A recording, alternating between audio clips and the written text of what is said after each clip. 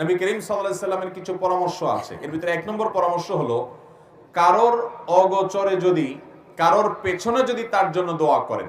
ধরুন আপনার স্ত্রীকে আপনি অনেক ভালোবাসেন, আপনি চান তার অন্তরে আপনার প্রতি ভালোবাসা তৈরি হোক, তো আপনি তার অগোচরে দোয়া করবেন, আল্লাহ আপনি আমার স্ত্রীর প্রতি রহম করেন, তার গুনাহ খাতা মাফ করে দেন, তাকে ভালো মানুষ বানান, আরো নেককার বানান, তার জিন্দেগিতে বরকত দান করেন, ইত্যাদি ইত্যাদি। তার জন্য তার অগোচরে, তার পেছনে যত বেশি দোয়া করবেন, তার অন্তরে আপনার প্রতি ভালোবাসা তৈরি হবে।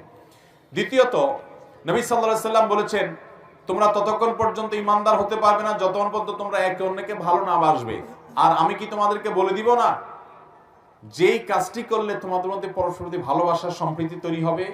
সাহাবায়ে কেরাম অবশ্যই বলে দিন। নবী সাল্লাল্লাহু আলাইহি সাল্লাম বললেন, আফশুস সালামা বাইনাকুম, তোমরা তোমাদের পরস্পরের মধ্যে সালামের প্রচলন ঘটাও। অতএব বউকে ঘন ঘন সালাম দিবেন, সুন্দর করে সালাম নিবেদন করবেন। যত বেশি সালাম দিবেন তত বেশি কি হবে? ইনশাআল্লাহ মহব্বত তৈরি হবে। তাহলে মহব্বত তৈরির আরেকটা আমলও শিখাই দিলাম। আর 3 নম্বর আমল হলো, নবী সাল্লাল্লাহু আলাইহি সাল্লাম বলেছেন যে তাহাদু তাহাবু, তোমরা একে অন্যকে হাদিয়া দাও, উপহার বিনিময় করো, তাহলে মহব্বত তৈরি হবে। বউয়ের জন্য ঘন ঘন শাড়ি কিনে নিয়ে আসবেন, সামর্থ্য যতটুকু আছে ততটুকু অনুযায়ী হাদিয়া তোফা কিনে নিয়ে আসবেন, বুট বাদাম কিনে নিয়ে আসবেন, যেটা সে পছন্দ করে সেটা নিয়ে আসবেন। যত হাদিয়া দিবেন তত কি হবে? মহব্বত তৈরি হবে। একই কথা স্বামীদের বেলায় প্রযোজ্য। তাহলে 3টা আমল শিখাই দিলাম, এগুলো করলে কি হবে? মহব্বত তৈরি। আর সবর করতে হবে। দাম্পত্য জীবনে সবরের কোনো বিকল্প নাই। আমাদের দেশে দাম্পত্য জীবনে সুখ শান্তির পরিমাণ এই পরিমাণ কমছে যে বেশিরভাগ দম্পতিরা সুখে নাই। বিয়ে হতে দেরি, তালাক হতে দেরি নাই।